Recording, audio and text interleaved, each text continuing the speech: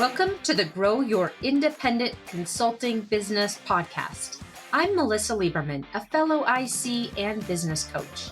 On this podcast, I teach you to become a consistently booked independent consultant without becoming a pushy salesperson or working 24/7. If I can do it, you can too. Listen on to find out how. Welcome back to the podcast. Today, I have an exciting interview to share with you.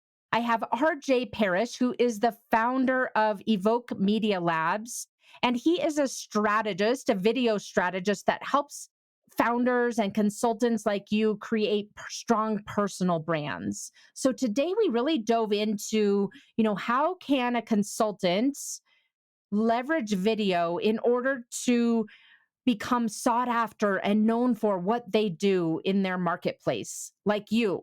How do you become known for what you do? How do you use video as a way to differentiate yourself and become more compelling and human to your ideal consulting clients? So he walked us through so many great tips, everything ranging from how to stand out on video, how to get started if you haven't yet used video as one of the mediums in your business, how to get over any fears that you might have of getting on video and using that as a tool for your business. And he talked about how to overcome those hurdles and really get yourself into a rhythm and a routine where you're consistently producing content that can resonate with your ideal buyers and help you stand out from the crowd and really create this strong brand for yourself as a consultant. He talks about how this video strategy really, the way he said it was, lays the brick in the foundation of your brand. And so I want to share this with you for a couple of different reasons. The first is, as you're thinking about how to stand out, how to become known for and known to your ideal buyer, and what kinds of methods you can use, even from a scalability perspective, to get your name out there in front of the people that you want to work with. This is such an important aspect to that. And RJ helps break it down to make it really simple, to make it feel really easy to get started with video, that it isn't really a high barrier to entry that some of us might feel that it is, and how to get out of your own head so that you can be really successful as you're producing videos and publishing them, whether they're to your website or to LinkedIn or wherever you might be, wherever your ideal buyer would be looking for content and looking for you to help them. So with that, I will introduce you to RJ Parrish and enjoy this interview. Hi, RJ. Welcome to the podcast. I'm so glad you're here. We met over LinkedIn. I don't remember even how we met over LinkedIn, but one of us reached out to the other and we just had a connection call and learned a lot about each other's businesses. And I was really interested in the work that you do, helping optimize people doing video for marketing perspective online to drive more leads for their businesses and conversion of their leads. And so I just thought it would be so valuable for you to be on the podcast to talk with independent consultants about how they can leverage video to get their name out there, to become more sought after as a consultant and be known for what they do and how they service their corporate clients. So that's how I recall how we got connected. You tell me. Yeah, I think I had reached out to you. I'm pretty active in reaching out to other people who seem like they're doing something. They're trying to build something. They're a mover, shaker. And I came across you and what you're doing, and I think that's where the conversation started. And then when we had the chance to actually get to chat for 20, 30 minutes, I think we decided that this would be a great opportunity to take the conversation further and kind of tailor it to the people that you help. Because video is this huge opportunity for all of us, where not so long ago, something that you had to be a big business to take advantage of, but that isn't the case anymore. But there's still some friction and reluctance for a lot of people to use it. And maybe today we might be able to break down some of those barriers. That sounds like a lot of fun. Well, let's start off. And why don't you just tell us a little bit about yourself, RJ? Yeah. So I grew up on a small horse farm in rural Upper Peninsula of Michigan, and middle of nowhere, very remote, not a lot going on, where everyone works at, three or four of the same employers, and, a very small town. And for the longest time, the earliest career that I can remember seriously wanting to pursue was to make movies. This idea of when you have a shared love of a film or a movie, it's just this thing that I remember being 11 or 12. If I could spend my life making stuff that brings people together like that, people just love together, that would be incredible. It was the first thing that came to my mind as something that I want to devote my life to. But at the time, this is probably 15 years ago or so, that you had to kind of live in California or New York, and that was kind of it. Those were the paths. You had to go to film school, you had to kind of start at the bottom and maybe work your way up. And there was really this only linear path. And I learned pretty early on, coming from small town Michigan, that I didn't want to go to either of those places. That didn't seem like the path for me. It didn't seem feasible. So I, let those dreams die and just assumed it would never happen, and went to college to pursue a degree in psychology. I've always had an interest in how people work, how they think, why they do what they do.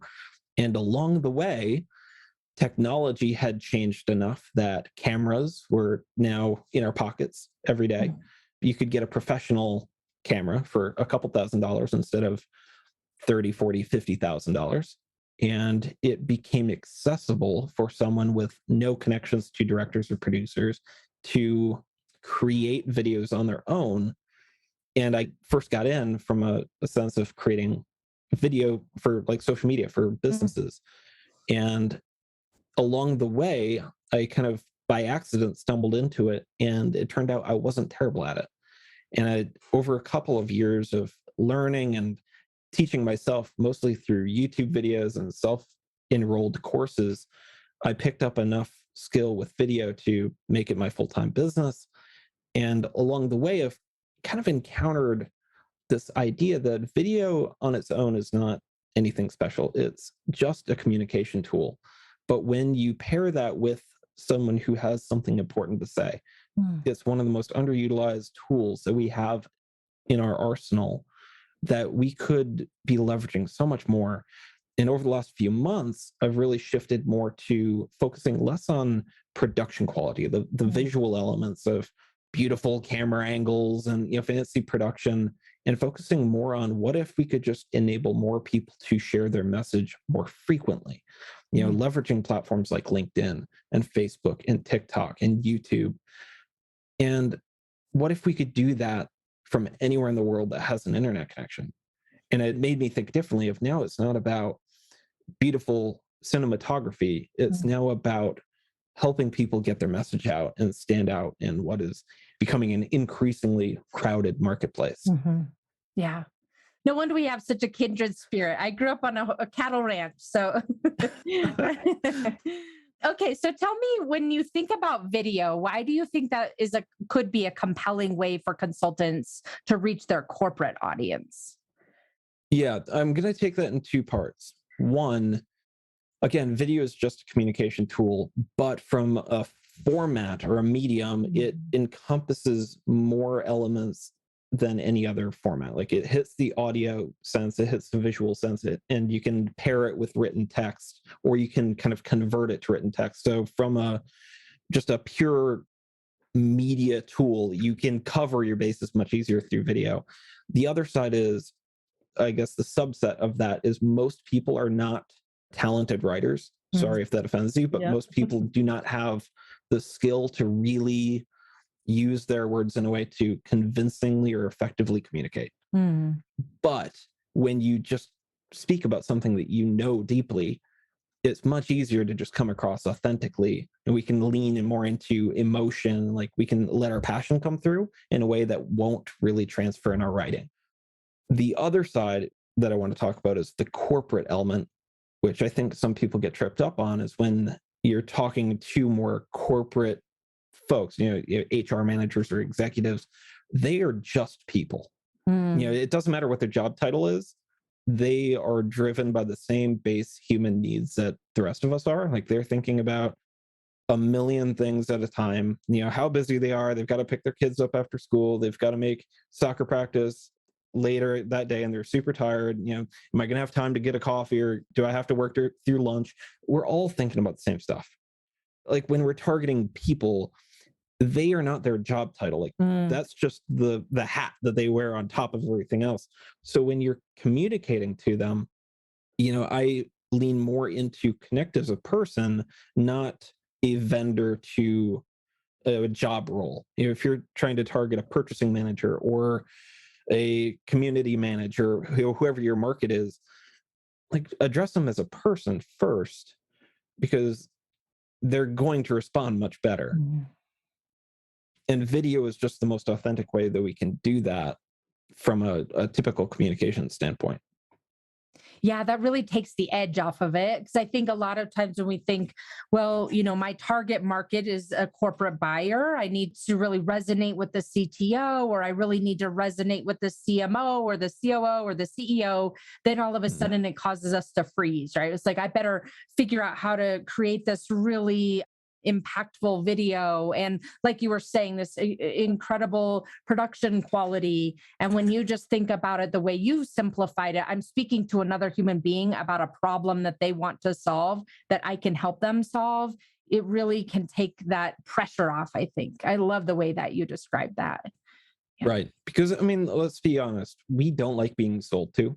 Right. And when you present your information in this overly polished, extremely neat package, this really nice, slick corporate video, it's very obvious to tell that you put a bunch of money into it. Mhm. And the immediate red flag of you're trying to sell me something, you're trying to impress me with this product, and you're giving me the same message that you sent to 500 other people, and it doesn't factor anything about what I want into this.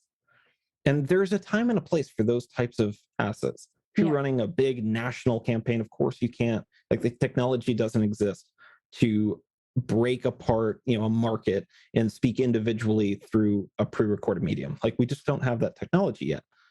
But when you are approaching a person one-on-one or company to company, you can get a little more granular and we relate better to less polish, more human, more approachable than perfectly presented. Mm. Love it. For those of us who are perfectionists out there, that's such good news. Tell me, RJ, when you think about this, what would you say are the top 2 or 3 recommendations that you would give to someone to stand out on video, especially if this is a new medium to them? Yeah. The first one, okay, so one is if you've never done a video before, one, just get out of your own head. And a key element that I've kind of built my business around, and I think leans heavily into video, is it comes from a Maya Angelou quote. People forget what you say, people forget what you do, but they'll never forget how you make them feel. Mm. So if you are someone who stresses over how you're going to say something, how you're going to present it, the perfect way to deliver your message, don't focus on that. Focus on how are they going to feel when they're done watching this? Are they going to be uplifted? Are they going to be motivated? Are they going to feel a little challenged? Are they going to feel angry? Are they going to be frustrated or stressed? Or are they going to be moved to do something? And if you can think, well, how do you do that? We are very social creatures. So if you come into a video and you're happy, you're excited, that will transfer. Like there are Mm. physiological responses that happen when we see other people smiling or laughing or excited. Where it's a social mechanic, where it's why laugh tracks exist in sitcoms. Mm. It prompts that emotion in the viewer. And I'm not saying, do canned laughter, but it's a thing that works. It's worked for decades. And the second piece that I would say, if you're brand new, I would just focus less on making one perfect thing. Acknowledge that the first couple of times are going to be pretty brutal. Like it's going to be very rough. And give yourself a little grace, because to think that you can step into a completely new format and expect to just nail it right out of the gate is arrogant. Mm. Like it's a skill set, like anything. So the first probably dozen are going to feel really awkward. They're not going to be good. And that's okay, because the second piece that I'd recommend is just focus on frequency. Mm, Because when you are sharing a message or you're communicating things you believe in or that are helpful to others, the more often someone can hear that, the more likely they are to associate it with you. mhm.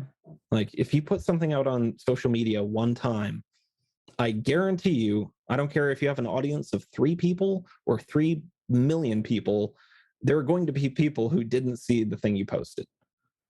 So sharing the same stuff over and over again is fine. You may feel like you talk about the same stuff, but we have this huge error when it comes to marketing in general in assuming that people understand what we do. They Mhm. don't. No. Very, very few people, the closest people to you in your life, probably don't know what you do.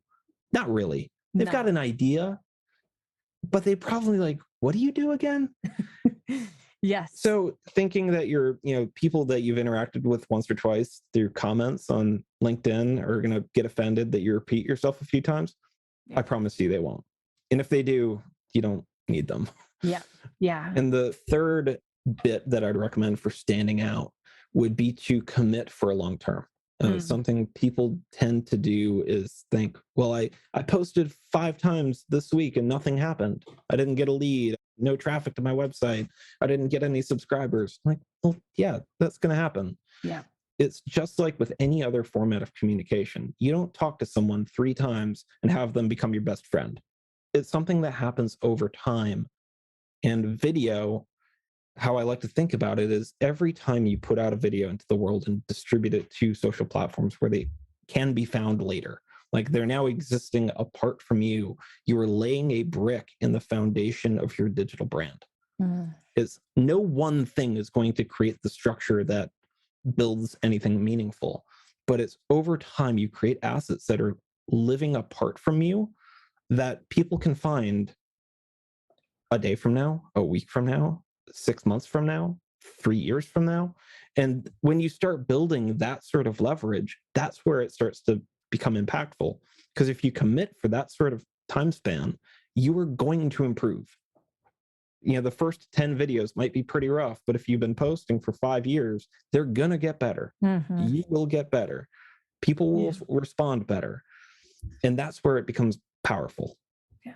Kind of along those lines, RJ, as a follow up, I'm curious when people are getting started, what do you recommend for them? So you touched on this a little bit, but when you get started doing videos, do you recommend writing out a script and reading it? Do you recommend an outline? Do you recommend live stream versus a recorded? Kind of tell me what you recommend if someone is wanting to get started creating video content so that eventually, for my listeners, they want to be known for something, right? So that would be the goal, I think, of using video is to become known for and sought after as a consultant. So tell me what your thoughts are about what that would look like for them to get started. Yeah. The biggest one is to not overthink it from a standpoint of how you want it to look or sound. If you don't have a background in AV or photo or video, or it's completely foreign to you, brand new, use what you have. You use something that you're going to be comfortable with. Use your phone. If you've got a DSLR sitting around, use a webcam. Like, worry about the technical production details later. Like, Mhm. really, if the quality of the content is there, the production quality can come after, like, to an extent. Don't sit in like a wind tunnel, or like, don't be going down the highway with your windows open. Like, Yeah. use some common sense. But as long as you're clearly able to be heard and you're visible, if you're doing video format, you're fine. From there, I don't recommend scripting, because what we tend to do is when we get into scripting mode, one, unless you have a background in theater and production, like, you aren't going to know how to write a script, and you're not Mhm. going to know how to read a script. So what I do is I tend to know how I'm going to start a video. So write out your hook, your intro of Mhm. what are you going to do to greet people in your video. Know how you're going to end the video. What's going to be your sign off? What do you want them to do? Mhm. And then in between, I like to break concepts into like 3 talking points, Mm. mainly because it's just easy to kind of transition, mentally transition between 3 points. If you can distill a singular subject down to like your ABC, talking points, it's much easier for you to kind of stay on track. So rather than script it out entirely, bullet out the concept and then just speak about it. Mm. This should be something that you know pretty well. Yeah. And if you get into your own mind of thinking how you want to say it, you're going to get overwhelmed. You're going to get frustrated. You're going to do 30 takes of a video that should take you 4 minutes to make. And it's just, you're going to get overwhelmed and say, this video thing is too hard. I get it. I have probably hours sitting on hard drives of me just looking at a camera and just trying to talk because I was thinking too hard on what I wanted to say. And I actually had a pretty deep insecurity about speaking on camera. It was a skill I didn't have. But over the years, that has diminished a little bit, especially when you know kind of the direction that you want to talk about. To completely eliminate that, what I think is probably the best move for just about everyone who has that sort of trepidation around speaking on camera and they freeze up is have someone on the other side of it.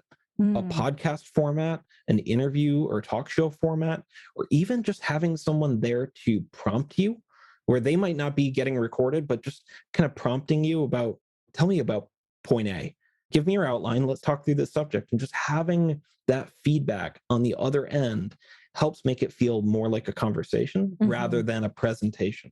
Yeah.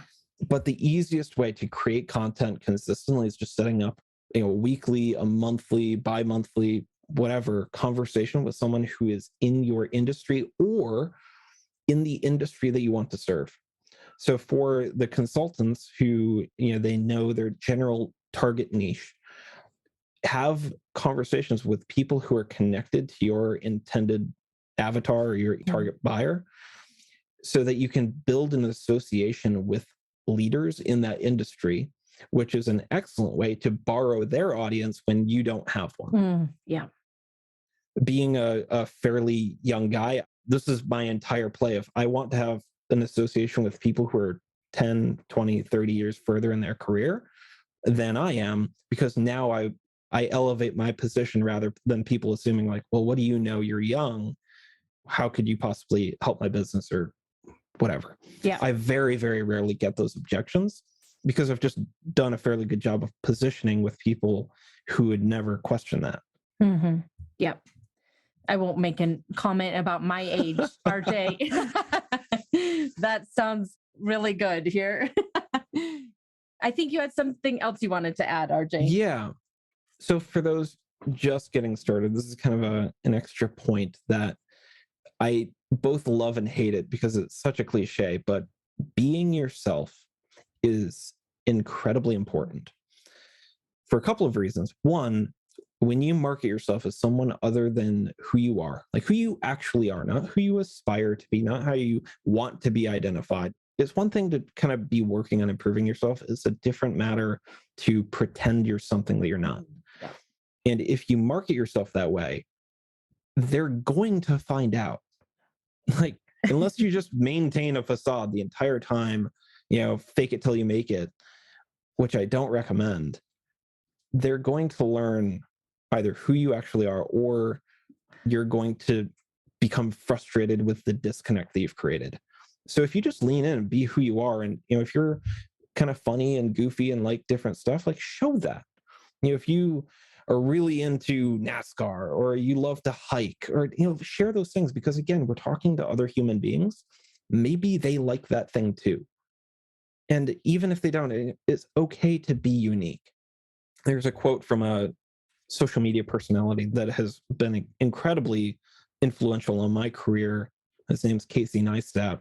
He has this quote it goes something like, if you're doing what everyone else is doing, you're doing it wrong, is kind of the concept. And that is true in any creative or in any business space.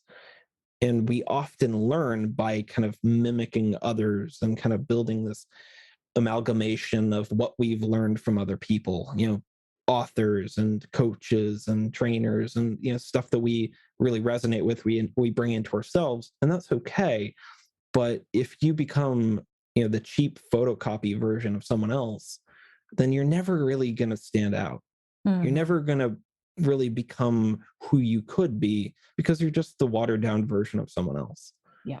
I think that's so important, especially as we're selling to corporate buyers, because we think we need to have this sort of corporate persona on and come across very professionally. And a lot of times, we've been taught don't bring your personal life into business. And so then it just if you take that approach as you're going out to sell your services as a consultant, then you just become kind of watered down, just another consultant out there who isn't standing out, versus like what you're saying, really showing some of your personalities, showing some of your passion. Whether your ideal buyer has that same passion or not really is irrelevant. It's more about showing you as a human and them making that connection to you, that this is someone that I would love to work with. They're not just another consultant I'm going to bring on who's part of my language, but a pain in the ass. You're actually a human being that they would love to work with and be around. And that's such an important part of the whole business development process and Some relationship building process. Yeah. It's a much bigger factor than I think people account for. Yeah. Of, will the experience of working with this person be pleasurable? Will it be fun? Will I want to work with them? Not just the quality of your work. You can have all the case studies in the world, but if you suck when you're in the office, they're not going to want you back and they're not going to refer you. Yeah. Yeah. But if you're a treat and they would love to grab a beer with you after work, or they look forward to when you show up, or you happen to have a workshop or do a session, then you're in a fantastic place because they're going to tell everyone. Yeah. Yeah, absolutely. Tell me what, RJ, what are the common mistakes you see when people are creating video? A big tell for amateur video is not getting to the point quickly. There are times where you can watch someone's video, especially live, where they will talk for 7 minutes and you still don't know what it's about.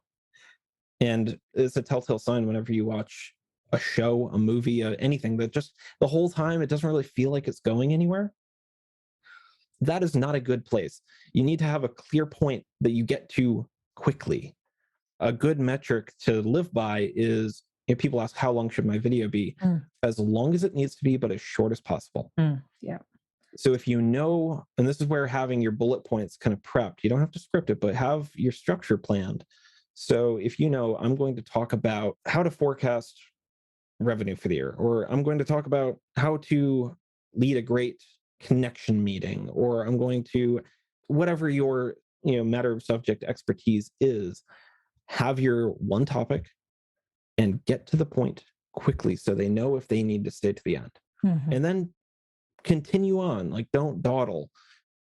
The other side is, and I think this is kind of the parallel of that same point, is thinking that the video is about them. And sometimes that's true. I think there should be some degree of your content should just be about personal connection, sharing the stuff that you're excited about, sharing the stuff, your goals and what's going on with you.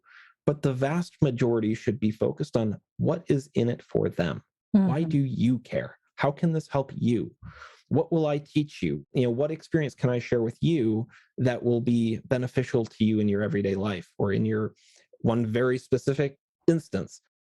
And I think this is where marketing gets kind of flubbed up a lot, is we tend to think it's all about us. It's not about our company. It's about the person that we're helping.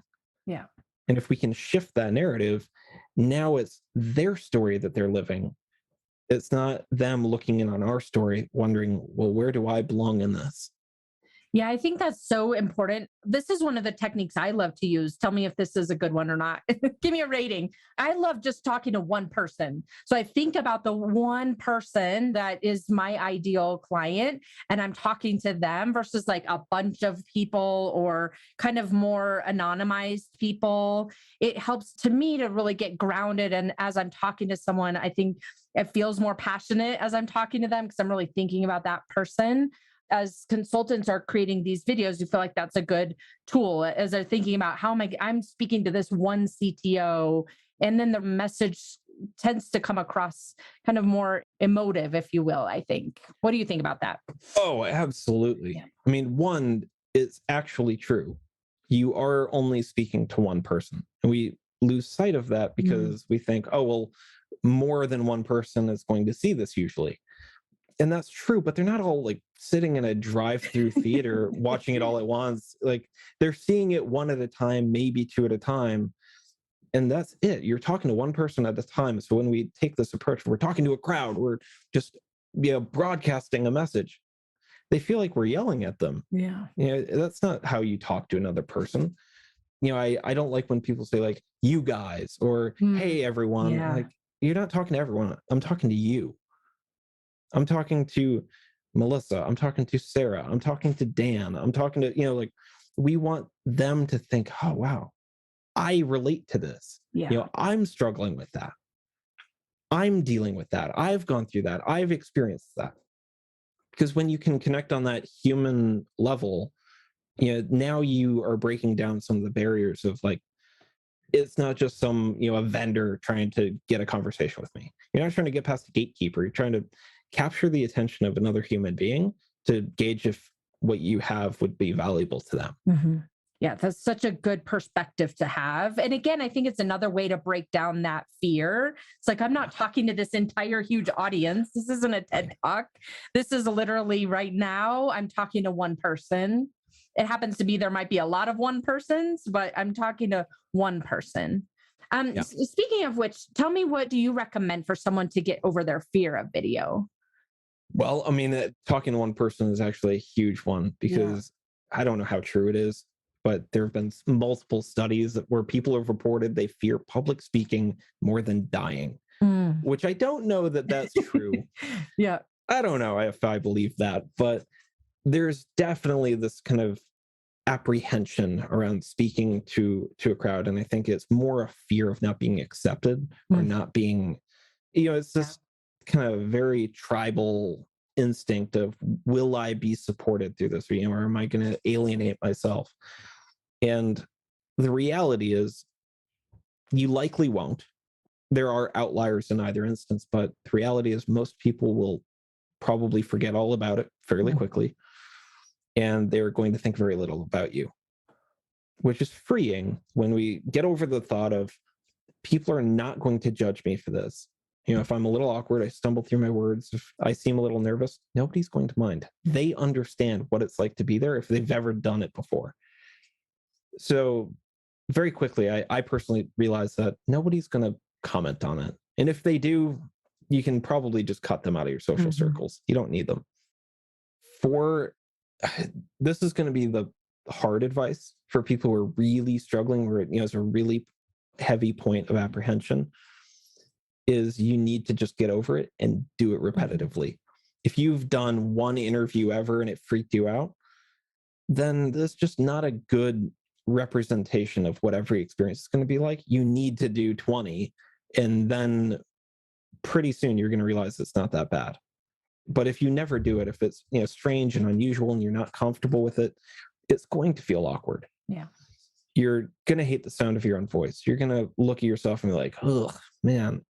You'll probably go through some range of emotions from, I need to exercise more, I need to diet, what's going on with my skin, I should have plucked my nostrils, like all of the things. But you start to gain an awareness of yourself, of how you present yourself to the world, because this is the bummer of a realization of, if you're presenting yourself that way on video, you're probably presenting yourself that way in real life. That's right. In presentations, in meetings, in networking events, every time you get nervous, those are the habits you're displaying. Those are the behaviors you're exhibiting. So analyze it. Don't judge yourself for it, and realize where you can improve. For the longest time, I don't know why I did it, but I had this really strange nervous tick where I'd do like weird eyebrow raises, and I was just like, I thought I had to talk like this, and I saw it happening constantly. I'm like, what is happening? And I just had to make myself stop. And now it's just something that I've caught on to and have improved on. So audit your ticks, figure out what you're doing that maybe you didn't realize before, and just use it as a tool to improve through repetition.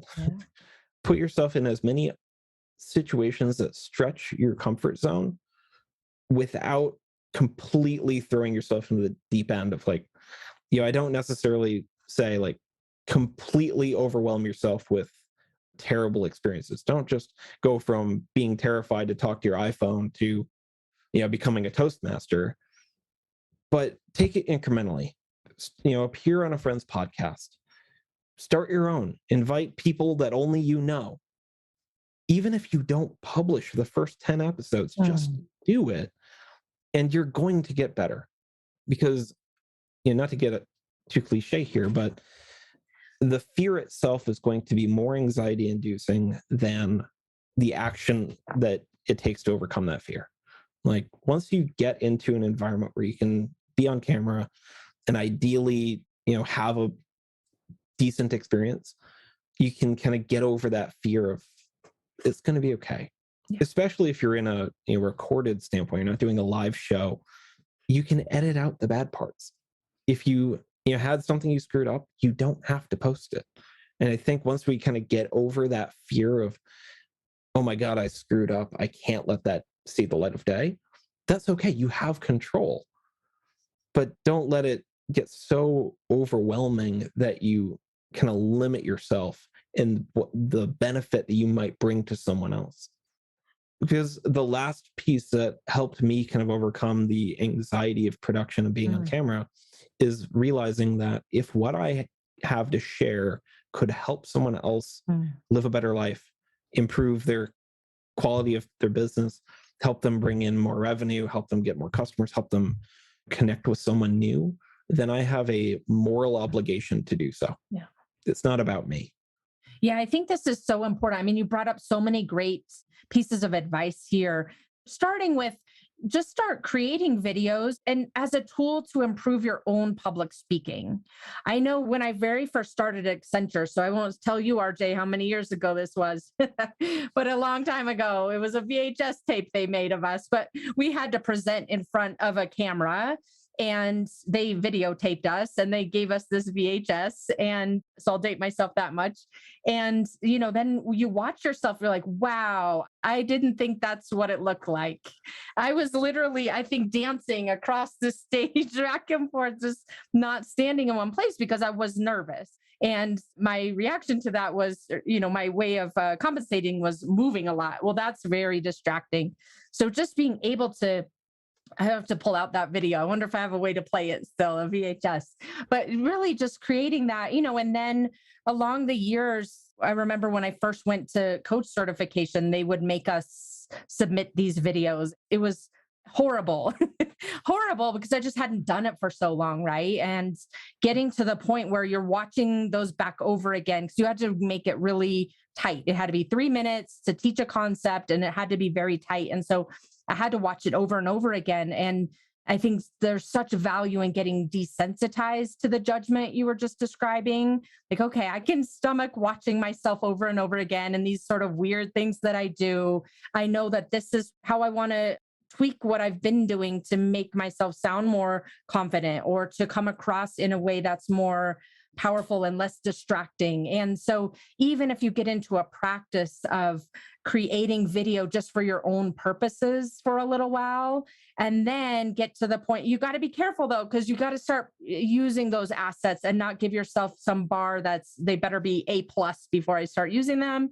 Get to some B- bar, whatever that is for you, and start publishing those. To your point, RJ, thinking about who could be helped by this. Is there some CTO out there who's really struggling with finding resources, for example, and trying to accomplish whatever projects they have going on right now and are struggling with doing that, given all of the challenges of recruiting these days? What could I tell that person that they could pivot in the way they're doing business and maybe not need that open headcount anymore, or whatever the message is? How could I help someone else who's my ideal buyer or someone related to that ideal buyer that would help them improve their life this week? And thinking about it that way. I love the way that you described that. RJ, tell us, is there anything else we haven't talked about today that you want to share? One note that I will say is all of us have a story in us. There's some message that we have generally. Well, my experience has been that if you pursue entrepreneurship with a service business as a consultant, as a coach, there is some drive to have some sort of change in the world, to affect some sort of transformation. And that story is important. When we strip down all of the tactics of marketing and digital communication, it all comes down to story is the universal language, is what everyone understands. We understand the challenged hero who accepts a mission they're not really prepared for, but they rise to the occasion and they face it anyways. We understand the person who has struggled with something before. They went through some hardship or trauma or pain, and they have now become a guide for others to help them avoid that same pain. We understand these stories. So when we talk about video, there's a lot of really tactical stuff on platforms and, best practices for social media and distribution and all of those things. What I would say for those who are like kind of just feeling it out or not taking advantage of it is forget all of that stuff and just tell the story. You can polish the other stuff later. But regardless, like, this is not about marketing or hitting your target buyer. This is about documenting the legacy of what you're building. Mm. And along the way, like, this is something that you are going to look back on. It will become priceless. That you are creating documentation of where you are in life, the way you think, the things you want, the things that scare you, that stretch you, that push you. To get that documented now, it will be increasingly meaningful for you, for your family, for your loved ones. And who knows, if things go really, really well for you, it might make for a great doc series. That sounds good, RJ. I think that's such an important way of thinking about this as you're building a personal brand as a consultant, like documenting that legacy and helping people to see the types of problems that you solve and the way you think about the problems, and really building that personal brand through using video and stories can really help you stand out as a consultant that a client would want to work with. Yeah, absolutely. That's great. RJ, thank you so much for being here today. It's so fun to see how your background and your passion for filmmaking and psychology and video all have dovetailed into this career you've created for yourself. Yeah, Melissa, thank you so much for having me. Yes, tell me where the listeners can find you and more information and resources. Yeah, I would love to connect on LinkedIn, RJ Parrish, Parrish. Send me a request. I love to, offer support, to, bounce ideas around. I post content that is rooted in the realm of video and helping people build their founder brands and becoming the obvious choice in their market. So that's the best place to find me. And what I would push you to do is just start. Don't overthink it. Just press record and see what happens. That's amazing. Well, I appreciate that. We always like to make these podcast actionable. So RJ just gave you your assignment for the week. It's so good. Thanks, RJ. We'll put all of that in the show notes so you can, the listener can link to it. And it's been so fun. I love meeting people like you on LinkedIn.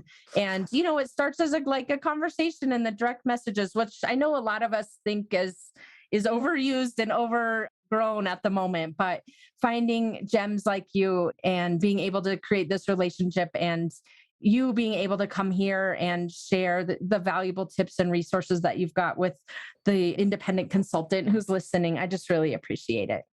Have a Absolutely. great one. We'll be in touch. Thank you. Bye-bye. Thanks for joining me this week on the Grow Your Independent Consulting Business podcast. If you liked today's episode, I have 3 quick next steps for you. First, click subscribe on Apple Podcasts or wherever you listen to make sure you don't miss future episodes. Next, leave me a review in your podcast app so other independent consultants can find and benefit too. And finally, to put the ideas from today's episode into action, head over to melissalieberman.com for the show notes and more resources to help you grow your consulting practice from your first few projects into a full-fledged business. See you next week.